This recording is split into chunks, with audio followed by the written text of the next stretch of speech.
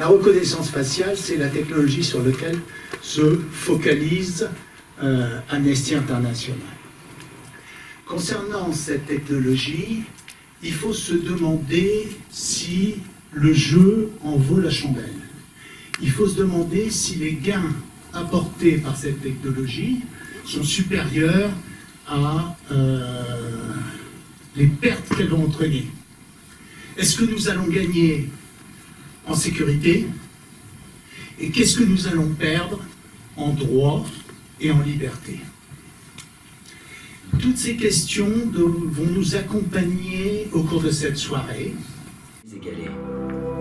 Celui de tout voir, tout entendre, partout, tout le temps. Le FBI aurait la capacité d'identifier 50% du pays à partir d'une seule photo. Au nom de la lutte contre le terrorisme, l'Europe, les États-Unis et surtout la Chine se sont lancés dans une inquiétante course aux technologies de surveillance. Qu'est-ce que c'est que la vidéosurveillance? Qu'est-ce que c'est que la vidéoprotection?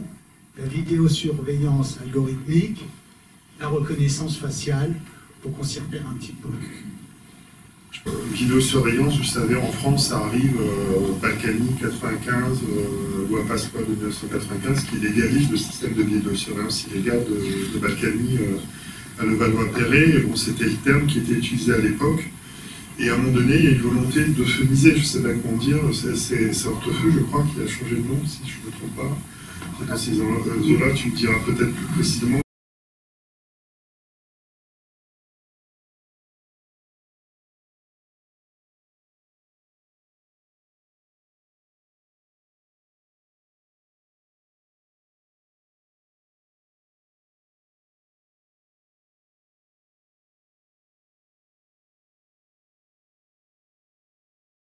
Moi j'ai trouvé les premiers termes de vidéoprotection au moment du début de la campagne de Nicolas Sarkozy, voilà. 2005-2006. Sarkozy, voilà, tout à coup pour euphémiser, on dit c'est pas la vidéosurveillance, parce que dans la vidéosurveillance, c'est la surveillance, quoi.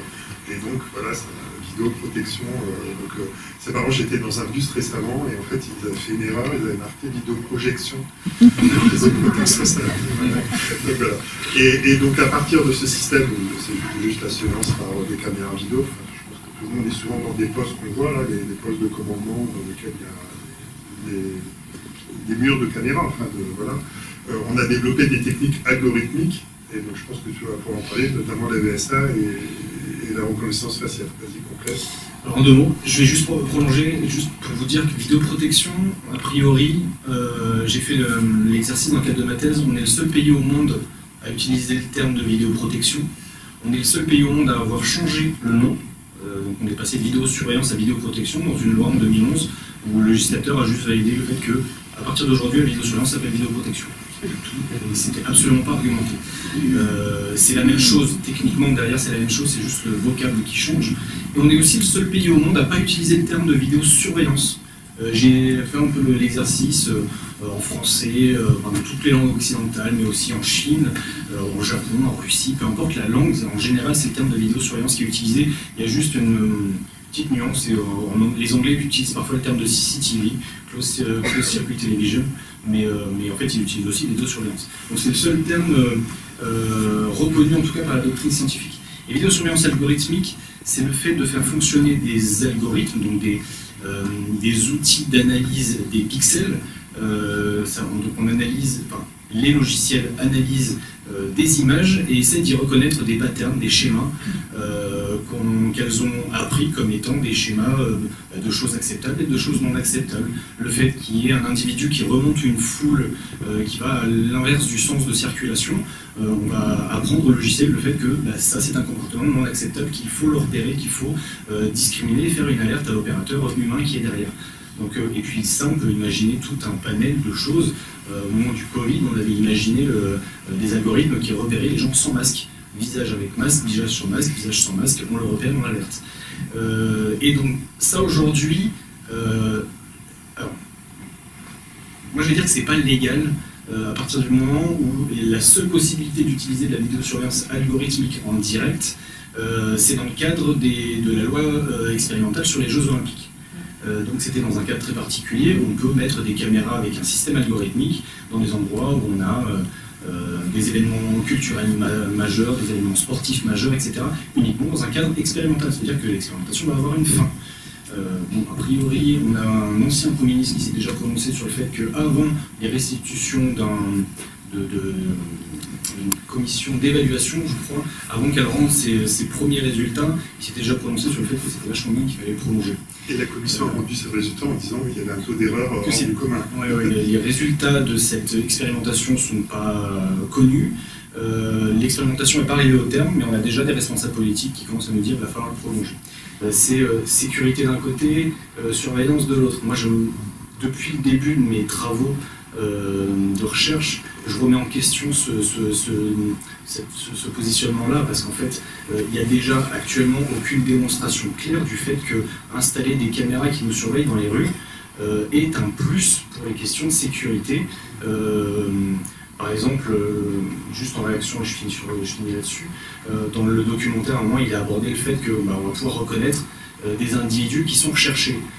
Il faut savoir que la grosse majorité des violences, des atteintes aux personnes aujourd'hui en France sont commises par des proches, sont commises dans un cadre potentiellement intrafamilial, sont commises au travail, sont commises par des gens que l'on connaît nécessairement. Donc, pas forcément par ce dangereux délinquant criminel qui vient de loin, de l'étranger ou pas, mais qui a un dessein terroriste, qui a un dessein criminel.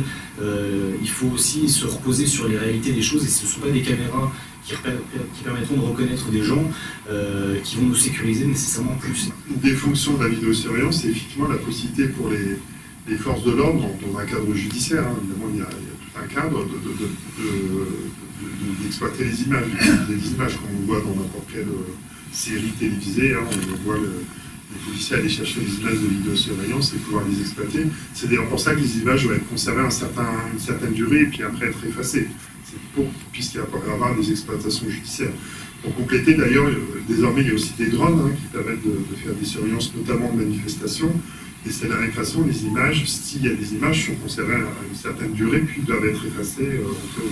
Dans les espaces ouverts au public, c'est 30 jours.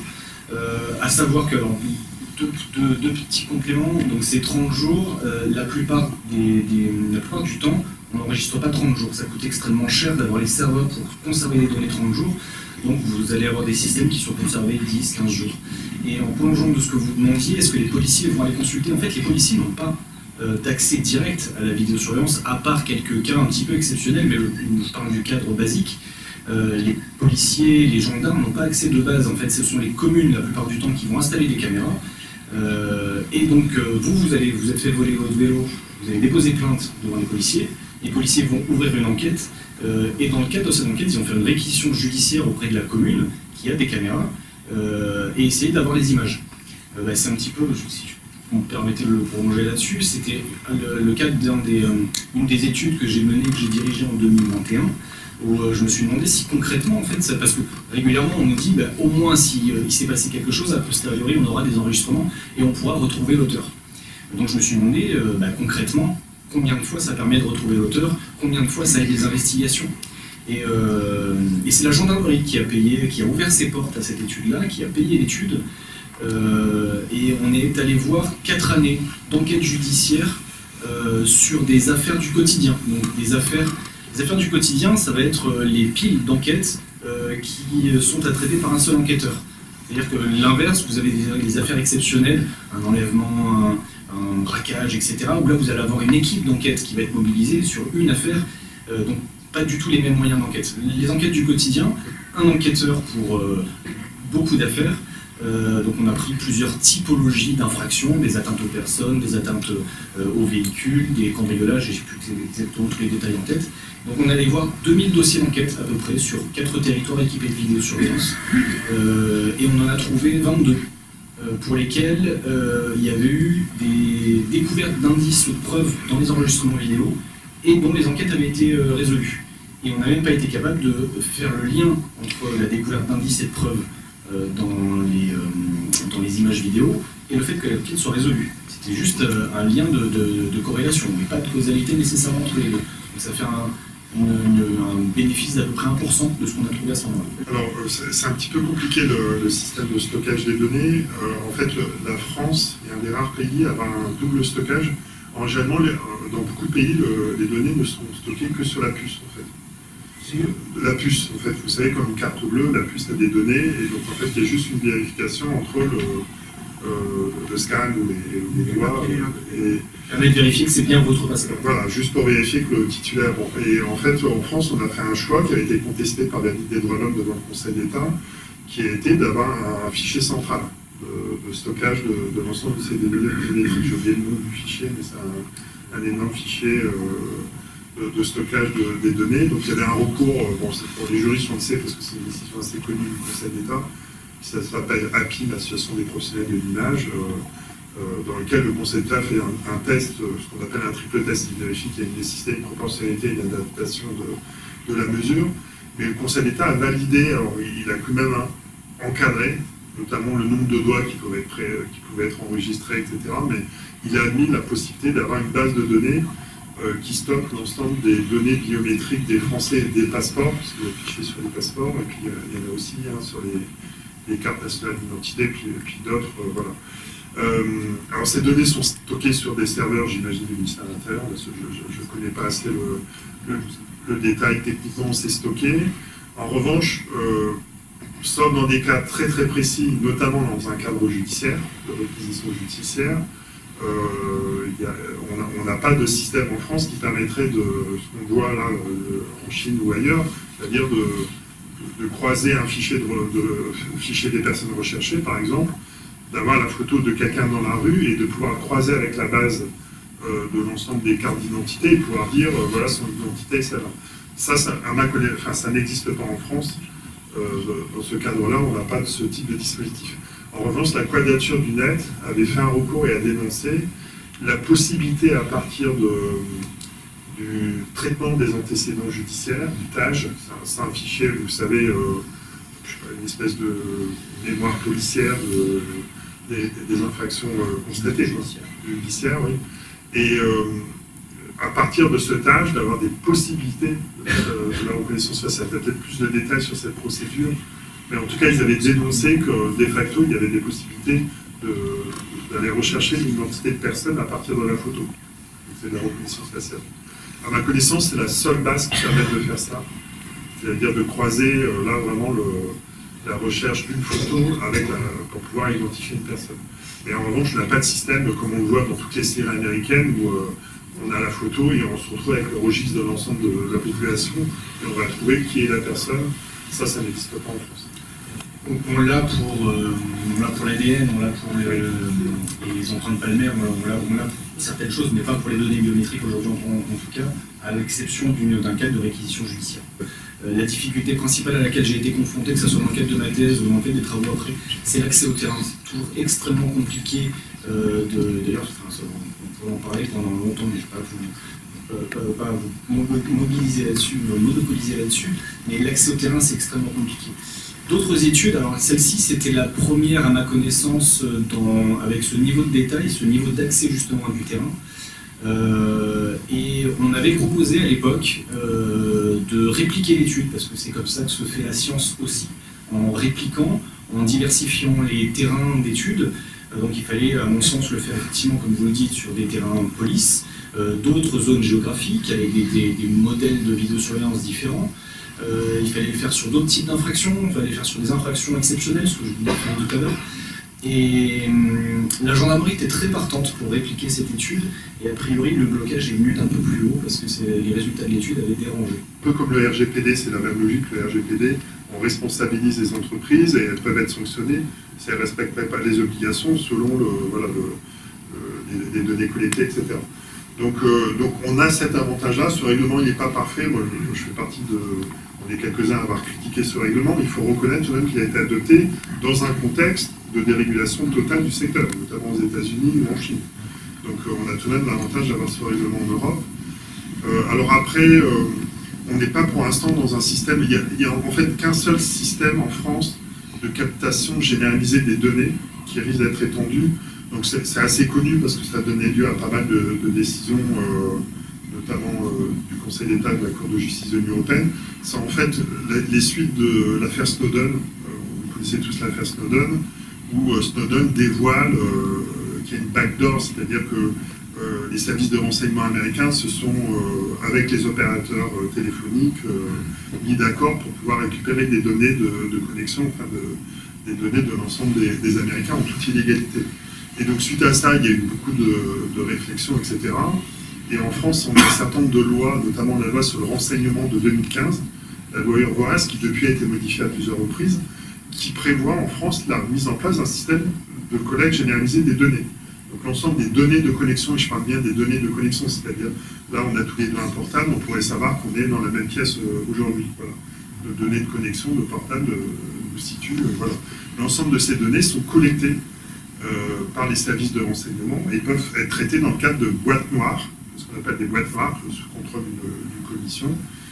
Et aujourd'hui, la seule finalité qui est reconnue, c'est la lutte contre le terrorisme. C'est-à-dire, ça peut sortir, il peut y avoir des traitements algorithmiques qui sortent des profils à risque, etc., des croisements, pour la lutte contre le terrorisme. Mais très récemment, il a été annoncé un élargissement des motifs qui pourraient permettre d'utiliser ces boîtes noires. Et on le savait déjà, en fait, au moment de l'adoption de la loi Urvoas, on a été un certain nombre à dénoncer le risque que ces boîtes noires puissent servir à, je sais pas, à lutter contre d'autres formes de criminalité, et donc au fur et à mesure être généralisées. On l'a vu, d'après tout à l'heure, les empreintes génétiques, quand on crée le fichier d'empreintes génétiques, c'est vraiment contre les délinquants sexuels. Et c'était limité à ça. Vraiment, il n'y avait pas d'autres motifs, et c'était dans le cadre d'ailleurs d'une affaire très médiatique dans laquelle l'empreinte génétique avait permis de retrouver l'auteur de l'infraction. Aujourd'hui, en fait, vous commettez quasiment n'importe quelle infraction, prise d'empreinte génétique, quoi, et le refuser, vous pouvez être poursuivi, sanctionné pour avoir refusé l'empreinte génétique. Et donc on a aujourd'hui, je ne sais pas combien de ces données, mais c'est énorme, le nombre de personnes où il y a eu des prises d'empreintes génétiques. Et donc le risque, il est le même ici, c'est-à-dire qu'il y a une forme de banalisation de la collecte généralisée des données, du traitement par des services sécuritaires ou de renseignement. Alors je précise tout de même que la Cour de justice de l'Union européenne a estimé que le système français violait les droits fondamentaux. L'Union européenne n'accepte pas, la Cour de justice de l'Union européenne n'accepte pas un système généralisé de collecte des données, mais le Conseil d'État français a résisté et donc a validé la possibilité d'avoir ce système généralisé de collecte. La Cour de justice estime qu'il devrait y avoir des systèmes ciblés. Certaines formes de criminalité, par exemple, où certaines données pourraient être captées, mais pas de l'ensemble de la population. Très important ce que précisait Serge, le fait qu'on est quand même dans une région du monde globalement assez bien protégée d'un point de vue juridique, à l'exception effectivement de quelques exemples que tu cites, mais notamment le RGPD est un texte extrêmement protecteur. Avant ça, la loi de 78 sur la protection des informatique liberté, merci, était un cadre aussi assez protecteur. Donc, à mon sens, c'est pas tant l'arsenal juridique qu'il faut pointer du doigt que les moyens de contrôle de cet arsenal-là. C'est ça, véritablement là-dessus qu'on pêche. Les moyens de la CNIL aujourd'hui sont dérisoires et se réduisent régulièrement. Tout à l'heure, Serge parlait de toute la réglementation autour de la vidéosurveillance. Effectivement, depuis 1995, on peut installer des caméras dans nos rues et on a un cadre juridique initialement assez contraignant et qui s'est progressivement assoupli. On n'a pas le droit, par exemple, depuis 1995, de filmer depuis la rue des entrées d'immeubles d'habitation. C'est clairement écrit comme ça dans la loi. Je vous mets au défi d'aller regarder ce qui se passe dans les centres de supervision urbaine. Donc c'est ce que vous voyez tout à l'heure au début du documentaire, les grandes salles avec des retours d'images. Dans n'importe quel CSU, vous allez pouvoir voir des failles de ça, des entrées d'immeubles d'habitation qui sont filmées, des espaces privés qui sont filmés, et non pas par malveillance d'un opérateur, par malveillance du concepteur du système, mais tout simplement parce que c'est extrêmement complexe, un espace urbain, donc il y a des failles. Et en fait, on ne les contrôle pas, ces failles-là. Les contrôles CNIL sont exceptionnels. Ça arrive, hein, il y en a. J'ai pu assister à quelques-uns, mais ça reste exceptionnel. Et dans tous les cas, les systèmes devraient être à mon sens, contrôler plusieurs fois par an pour être sûr. On n'a pas aujourd'hui ce niveau de contrôle-là et ces moyens de contrôle-là. Moirand faisait un usage illégal de la vidéosurveillance algorithmique, de BriefCam. A priori, ce n'est pas la seule ville. Il y avait un article de Disclose qui avait sorti une liste de villes. Alors, la Délico a fait des contentieux sur ces villes-là. Ça n'a pas été très concluant. La ville qui a été visée en particulier, c'était Nice. Il semble que Nice avait en réalité déjà activé BriefCam, alors, notamment dans un cadre qui était légal, puisqu'il y avait une expérimentation pendant le carnaval de Nice et dans les transports niçois. Donc c'est la première ville qui officiellement a fait l'expérimentation à la fois de la VSA mais aussi de la reconnaissance faciale. Pour la parenthèse, BriefCam, c'est le logiciel que vous voyez dans la qu'on voit tout à l'heure. C'est ça. Et en fait, à ce qu'on a compris, en fait, c'est que la ville de Nice s'était aperçue que BriefCam n'était pas fiable. Parce qu'en réalité, on n'en a pas encore parlé, mais c'est des systèmes qui n'ont aucune fiabilité en termes de détection d'événements anormaux. C'est-à-dire, il y a un rapport qui a fuité, on en parlait tout à l'heure, ce rapport est très clair, c'est-à-dire le système n'a pas l'efficacité quasiment aucune en fait. Il confond des bagages et des sans-domicile fixe. C'est un vrai exemple. Donc, on est présent à ce niveau-là, mais en fait ils ont besoin de les entraîner, c'est pour ça qu'ils veulent des... mais en tout cas, BriefCam n'a pas satisfait M. Estrosi, et donc il a changé de logiciel, et donc au moment où on a fait le référé pour la Délico, il était en cours de changement de marché, donc il a pu dire BriefCam n'est pas activé, la preuve, je suis en train d'acheter Wintix. Et voilà, et donc il n'a pas été condamné. Il y a eu 2 autres tentatives à Roubaix et sur la côte fleurie, Deauville, etc. Et ça a marché devant le tribunal administratif, mais ça a été remis en cause par le Conseil d'État. Donc pour l'instant, à part Moirand, on n'a pas de choses extrêmement concluantes, mais on est à peu près persuadé qu'il y a des usages illégaux, mais c'est difficile de les établir.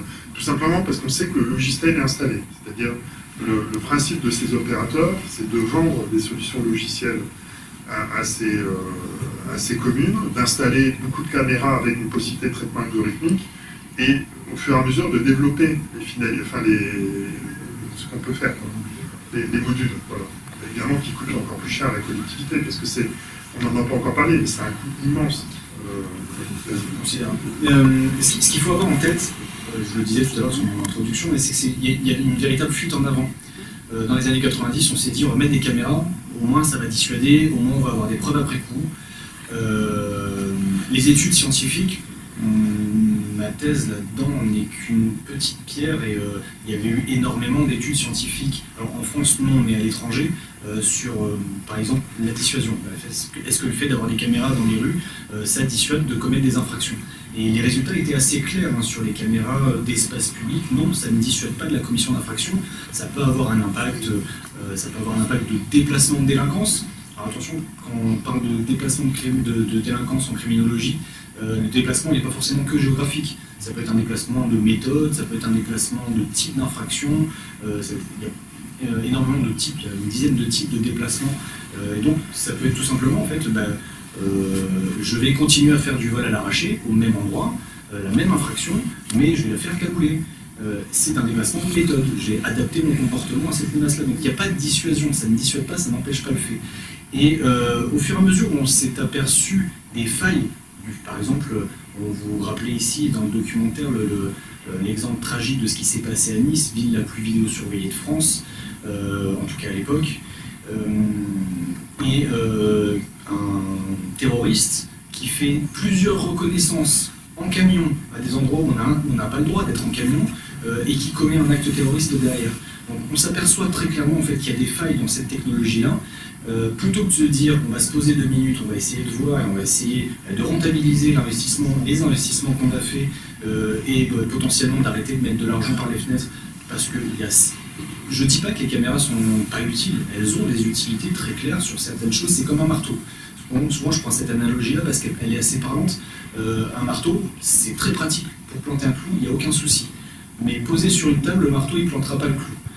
Et tenu n'importe comment, il ne plantera pas le clou et il ne dévissera pas une vis. Donc c'est un outil, la vidéosurveillance c'est un outil, ça peut servir à certaines choses précises, Est-ce que par contre aujourd'hui les investissements financiers sont à la hauteur de la rentabilité? C'est le genre de questions qu'il faut se poser.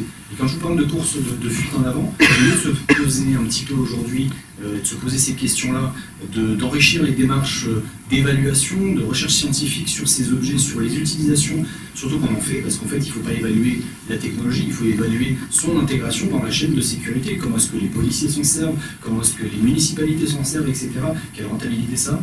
Au lieu d'avoir cette attitude-là, aujourd'hui on se dit, en fait, pendant un moment on s'est dit, en fait, c'est qu'il n'y a pas assez de caméras, donc on en rajoute.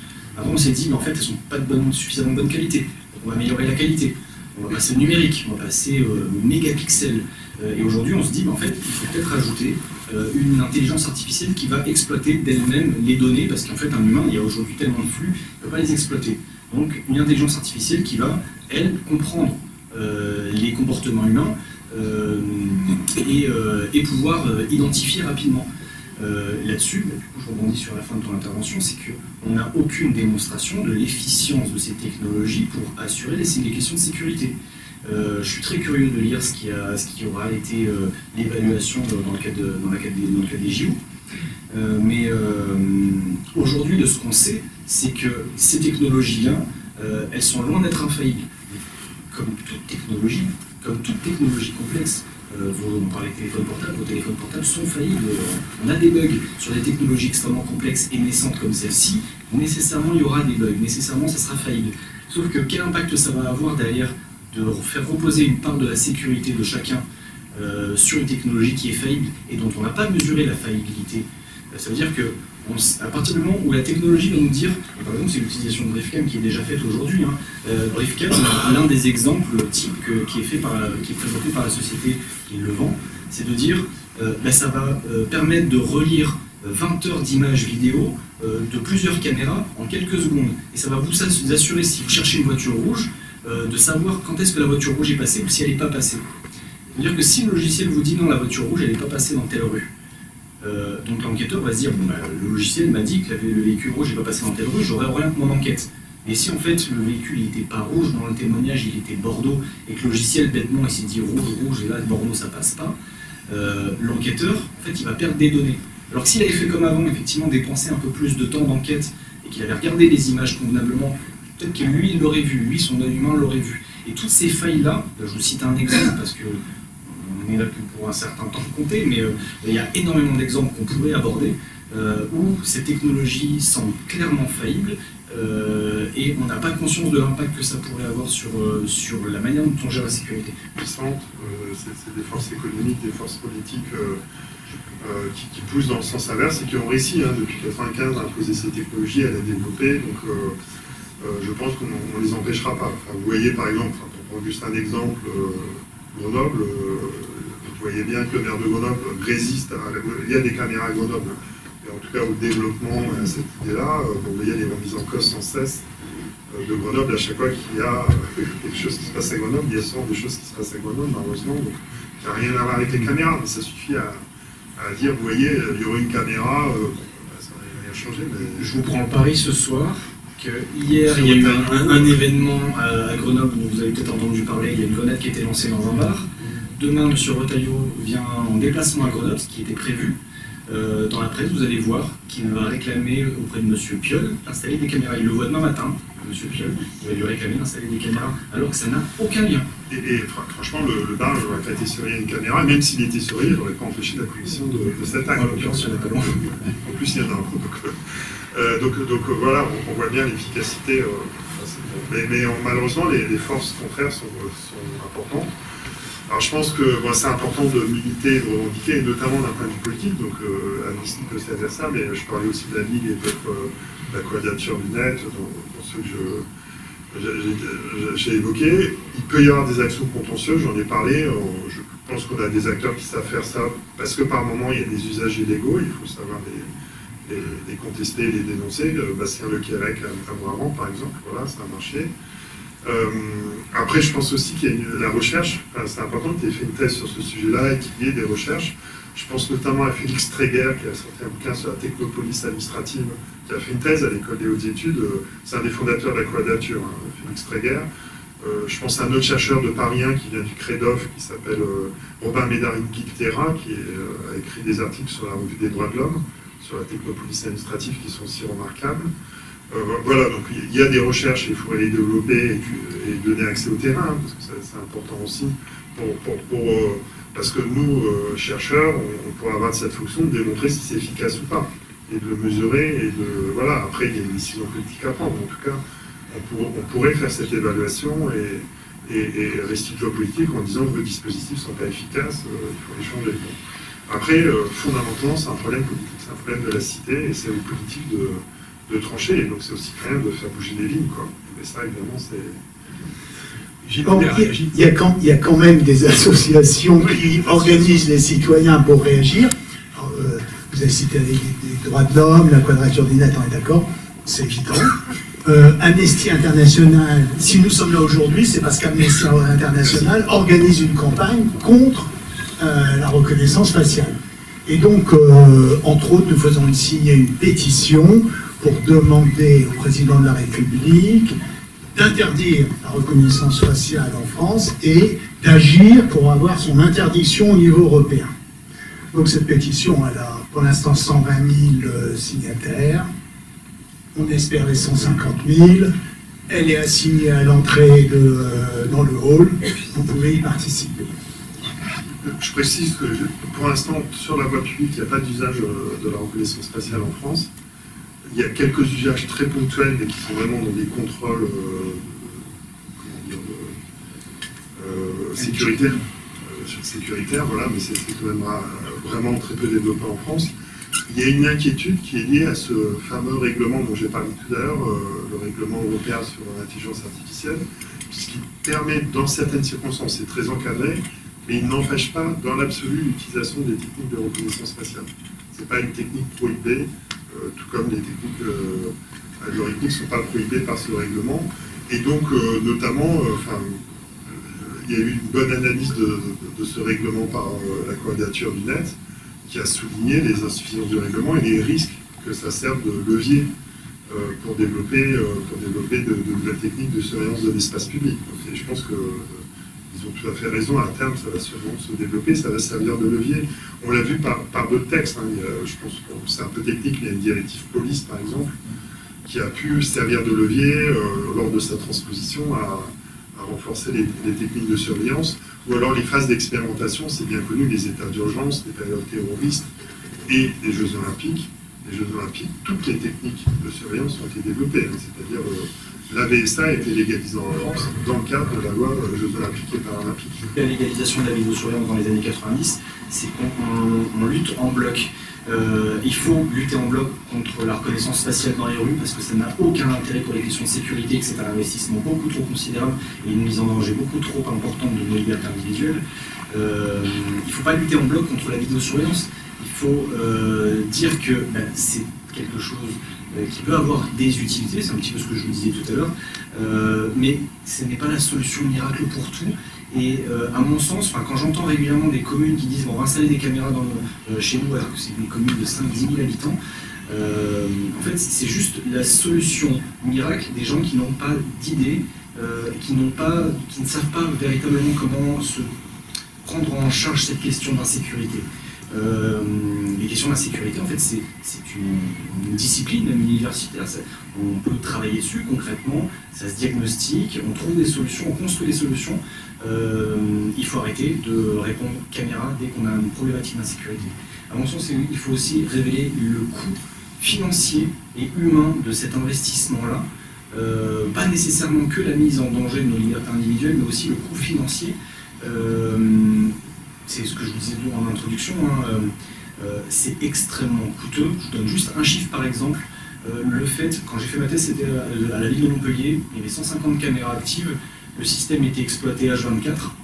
Le fait de l'exploiter, c'est-à-dire d'avoir des gens derrière les caméras et de faire le petit entretien, ça coûtait 1 million d'euros par an à la ville. C'est juste le fait de, c'est pas comme ça que ça se passe, mais de l'allumer le 1er janvier et de l'éteindre le 31 décembre. 1 million d'euros par an. Vous multipliez par le nombre de villes équipées, vous multipliez par vis-à-vis des investissements que l'on fait, c'est extrêmement considérable. Il faut révéler ces chiffres-là.